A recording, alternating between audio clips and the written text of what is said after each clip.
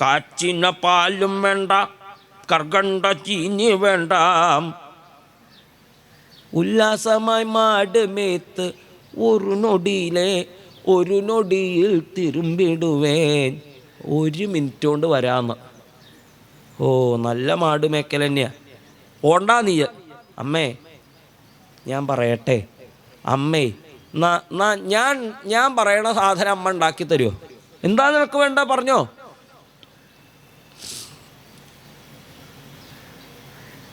നറുനെയ് കൂട്ടിയൂരുട്ടിയിട്ടും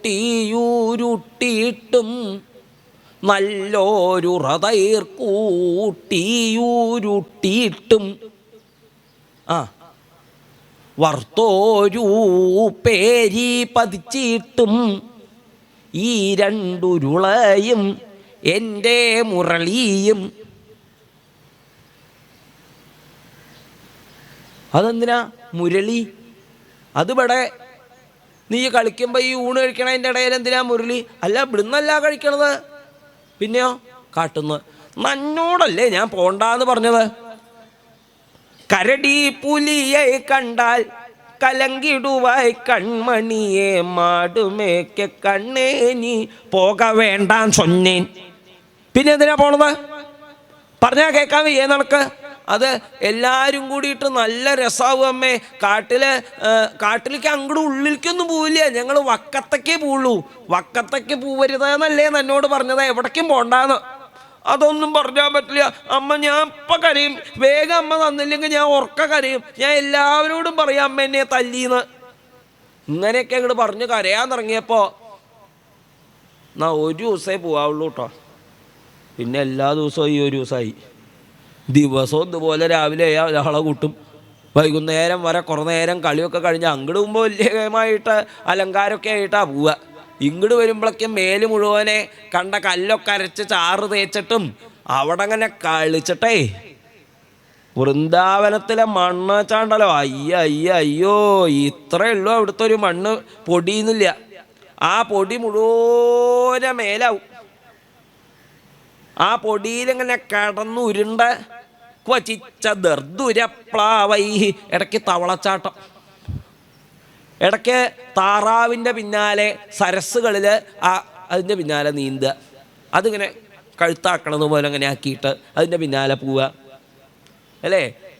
മരാള കൂജാകൃത നർമ്മലാപാം.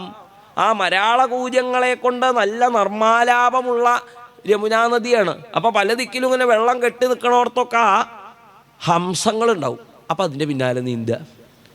അപ്പോഴേക്കും കുരങ്ങന്മാർ ചാടുന്നത് പോലെ ചാടാൻ വേണ്ടിയിട്ട് അതിൻ്റെ വാല് പിടിച്ച് വലിക്കുക, മരത്തമ്പിൽ കയറുക, ഒരു മരത്തമ്പിൽ നിന്ന് വേറൊരു വള്ളിയിൽ പിടിച്ച് അടുത്ത മരത്തമ്പിലേക്ക് ചാടുക, ഒരു മലയുടെ മുകളിൽ കയറി നിന്ന് അവിടുന്ന് ഇങ്ങനെ ഉറക്ക ശബ്ദം ഉണ്ടാക്കുക, അതിൻ്റെ പ്രതിധ്വനികളെ അതേപോലെ പിന്നെയും കളിയാക്കുക.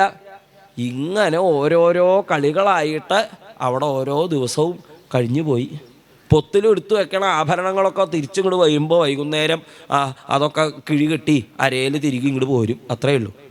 അവിടെ എത്തിയാൽ പിന്നെ ഈ കൂട്ടുകാരണിയിക്കുന്ന ചാന്ത് മേല് തേച്ച് ഇങ്ങനെ നടക്കുക. അതാണ് കൃഷ്ണൻ്റെയും ബലരാമൻ്റെയൊക്കെ വിനോദം. പക്ഷെ ഭാഗ്യശാലികളായ ആ ഗോവന്മാർക്ക് കുറേ നേരം കളിയൊക്കെ കഴിഞ്ഞാൽ, എല്ലാവരും വട്ടം കൂടി ഇരുന്ന് ഭക്ഷണം കഴിക്കലൊക്കെ കഴിഞ്ഞാൽ ഉച്ചയ്ക്ക് കുറച്ച് നേരം അവിടെ കൃഷ്ണൻ ഇങ്ങനെ വിശ്രമിക്കാനായിട്ടൊന്നൊരു മരത്തിൻ്റെ ചോട്ടിൽ തല ചാക്കി. അപ്പോഴേക്കും ഗോപക്കൂട്ടുകാരൊക്കെ ഉത്സാഹമാണ്. ഇന്ന് എൻ്റെ മടിയിലാട്ടോ കൃഷ്ണൻ തല വെക്കണതേ. അങ്ങനെ അവർ മത്സരിച്ച് ആ ഭാഗ്യശാലികളായ പുണ്യപുഞ്ചങ്ങളായ ആ ഗോപന്മാര് വീശിക്കൊടുക്കും, കാലിലിങ്ങനെ തിരുമ്മിക്കൊടുക്കും, തല ഒഴിഞ്ഞു കൊടുക്കും. ഇങ്ങനെയൊക്കെ അവർ ചെയ്തു പോന്നിരുന്നു. നല്ല രസമായിട്ടുള്ള കളികൾ. അതിൻ്റെ ഇടയിലാണ് ഒരു ദിവസം ഒരു പശുക്കുട്ടിയുടെ വേഷം കെട്ടിയിട്ട് വത്സാസുരൻ വന്നത്. അവൻ്റെ ആ നടത്തം കണ്ടപ്പോൾ തന്നെ ബലരാമന് സംശയം തോന്നി. സ്വതവേയുള്ള പശുക്കൾ നടക്കണത് പോലെയല്ല, ഇവൻ ഇങ്ങനെ തിരിഞ്ഞ് നോക്കിയിട്ടാണ് നടക്കണത്. അപ്പം തന്നെ കൃഷ്ണ എന്നൊരു വിളിച്ചു. ഏട്ടാ പിടിച്ചോളൂ എന്ന് പറഞ്ഞു. രണ്ടാളും കൂടെ ചെന്ന് അവൻ്റെ ആ പിന്നിലത്തെ കാലിട്ട് പിടിച്ച് 4 കറക്കി പട്ടേന്നൊരു അടിയോട് കൊടുത്തതോടുകൂടി അവൻ്റെ കഥ കഴിഞ്ഞു.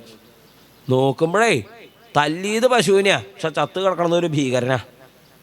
ഇതേപോലെ കുട്ടികൾ കളിക്കണത് കാണാൻ മനസ്ഥിതി ഇല്ലാത്ത അവരുടെ സുഖക്രീഡന വീക്ഷണ അക്ഷമനായിട്ടുള്ള ഒരുത്തനാണ് കൊറ്റിയായിട്ട് വന്ന ബകാസുരൻ. അവൻ്റെ കഥ കഴിച്ചു. അവൻ്റെയും പൂതനയുടെയും സഹോദരനായിട്ടുള്ള അഘാസുരൻ പെരുമ്പാമ്പായിട്ട് വന്നു. അവൻ്റെ കഥയും കഴിച്ചു.